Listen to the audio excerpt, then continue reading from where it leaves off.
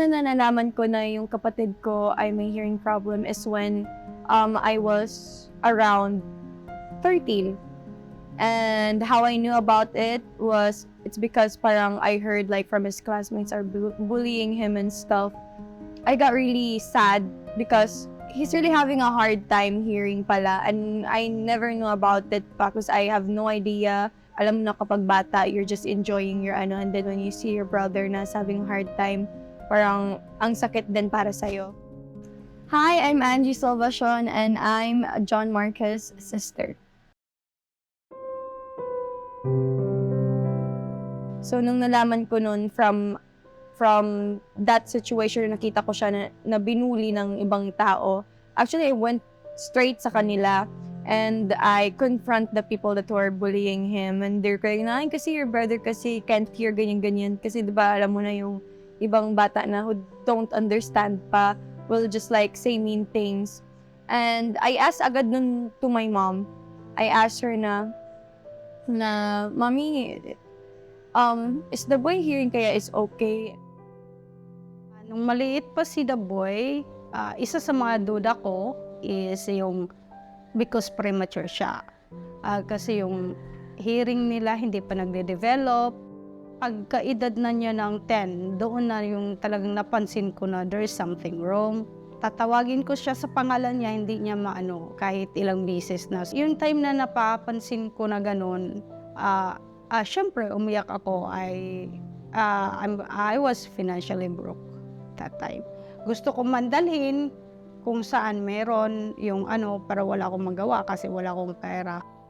I shared it to Angie. So, nung maliit pa si Angie, sinishare ko na, there's something wrong with your brother, na ayaw kong umiyak. No. Tapos, yun nga, sabi niya, I will try my best. I will work. Para sa kapatid niya.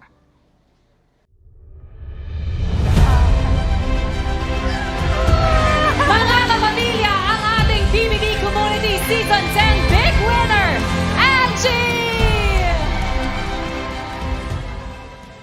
Dahil doon, parang pumunta rin ako dito sa Manila to help my brother and my mom.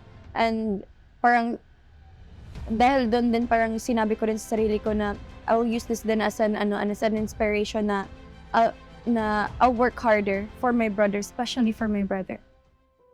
Kahit anong plano niya, sinusuportahan ko para makatulong. Sabi ko, we really need na ipacheck na talaga yung tainga ni Daboy kasi sabi niya, "Mommy, I cannot hear," yung sa stethoscope daw, yung heartbeat kasi he's taking nursing, so kailangan na talaga natin. There's this time na where parang I wanted to like stand up for him. I wanted to tell him na if you need something, tell me and I'll immediately do it. Doon na kami parang gumawa ni Mami ng paraan. Kung ano man yung pwede namin like magawa na paraan, kinukuha namin. We wanted to like help him when it comes to his hearing because I know how hard it is for him because I've seen it. I've seen it with my 2 eyes. When he become aware, he's actually parang may time na parang yung self-esteem niya, yung paniniwala niya sa sarili, yung kumpiyansa niya sa sarili na wala.